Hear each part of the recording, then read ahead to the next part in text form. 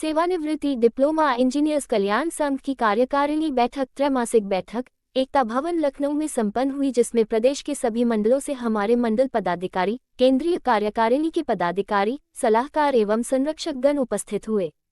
कार्यकारिणी बैठक की अध्यक्षता NRK भाटिया जी ने किया तथा संचालन महासचिव बलवंत प्रसाद जी ने किया। इन दिवाकर राय कार्यकारी अध्यक्ष जी द्वारा अभी तक की हुई गतिविधियों से अवगत कराया गया। बैठक में मुख्य संरक्षक इन शिव शंकर दुबे जी, इन जयकरण सिंह जी, इन दीनानाथ वर्मा जी उपस्थित रहे। प्रदेश में जो सेवानिवृत्त कर्मचारी हैं उनको 40% पेंशन बेचने पर राशिकृत धनराशि मिलती है, जिसकी रिकवरी सरकार ब्याज सहित 15 साल में करती है, जबकि सरकार द्वारा लागू 8% ब्याज दर के हिसाब से रिकवरी 10 साल 11 महीने में ही पूरी हो जाती है। इस मुद्दे पर हमारे संगठन के हजारों सदस्य माननीय हाई कोर्ट में गए और कोर्ट ने 10 साल 11 महीने के बाद रिकवरी पर स्टे दे दिया।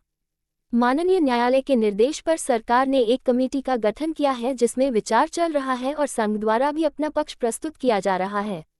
बैठक में इस मुद्दे पर भी अद्यतन जानकारी से सदस्यों को अवगत कराया गया।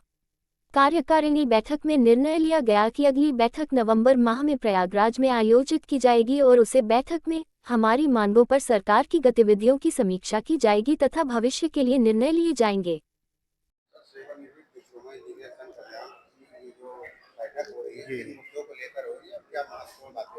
सेवानिवृत्त डिप्लोमा इंजीनियर कल्याण संघ जो है, डिप्लोमा इंजीनियर कल्याण संघ उत्तर प्रदेश जो है, ये मान्यता प्राप्त हमारा संगठन है, जिसमें राजकीय विभागों, निगम परिषद जैसे विद्युत परिषद हो गया, आवास विकास हो गया, जल निगम हो गया, जल संस्थान हो गया, और हमारे सरकारी विभाग सिंचाई है, लोक निर्माण है, RES है, माइनर इरिगेशन है, जितने विभाग हैं सभी के जो सेवानिवृत्त हमारे इंजीनियर हैं उनका ये संगठन है प्रदेश का। पूरे प्रदेश में हमारे शाखाएं हैं और ये प्रदेश का हमारी आज प्रांतीय कार्यकारिणी की बैठक जो केंद्र स्तर पर होती है हर 3 माह के बाद, वो समीक्षा बैठक हो रही है। सर, एक बहुत ही बड़ा मुद्दा बना हुआ है OPS का। जी। OPS के लिए हमने जितने भी ज्ञापन दिए, अभी हमने पिछले दिनों भी ब्रजेश पाठक जी को बुलाया था अपने कार्यक्रम में। अपनी मांगों के साथ हम आने वाली युवा पीढ़ी के लिए बहुत ध्यान रखते हैं कि हमें तो पेंशन मिल रही है, आगे आने वाली पीढ़ी को क्या OPS ही मिलना चाहिए। हम UPS में भी पक्ष में मिलेंगे, क्योंकि उसमें की शर्तें जो है वो शर्तें हमारी OPS और UPS में भी दोनों में फर्क है। अब वो 20 साल की सेवा न करके 25 साल कर दिया, तो उन चीज़ों में अब हमारा जो 40 साल की नौकरी में आएगा वो 60 साल पे रिटायर होगा, तो 25 साल का उसको पूरा सेवा मिलनी ही नहीं है।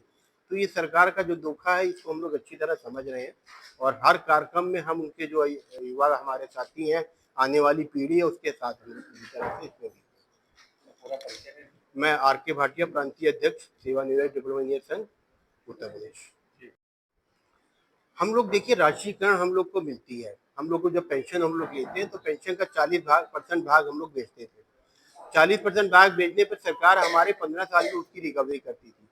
हमने जब पैसा लिया तो लगभग जो पैसा मिला हमें, उसका हमने जो है वो 10-11 साल में हम रिकवरी पूरी दे चुके हैं विद ब्याज। लेकिन सरकार हमसे आज भी 15 साल में वो ले रही है। इसके लिए हम लोग माननीय उच्च न्यायालय में गए और हमारी करीब 8,000 लोगों ने याचिकाएं की और 4,000 याचिकाओं में निर्णय हुआ और उसमें जो है सरकार को मजबूर होना पड़ा कि एक कमेटी बनाई, क्योंकि उसमें सरकार जो कोर्ट ने जो है जिनके कटौती हो रही थी उस पर स्टे दे दिया है। अब कोई स्टे नहीं, स्टे की वजह से कटौती सरकार नहीं कर पा रही है। एक कमेटी बनी और उस कमेटी के सामने भी हमने अपना पक्ष रखा हुआ है और उस कमेटी से हम सरकार से यही अपेक्षा करेंगे कि जो कोर्ट ने हमें 10 साल 11 महीने की मोहलत दी है कि उसके बाद हमारी पूरा हो जाता है विद ब्याज, तो वो सरकार नाजायज पैसा हमसे ना लेते हुए 10 साल 11 महीने का समाप्त के लिए आदेश कर दे कि लोगों को कोर्ट में जाने के लिए व्यवस्था होगा।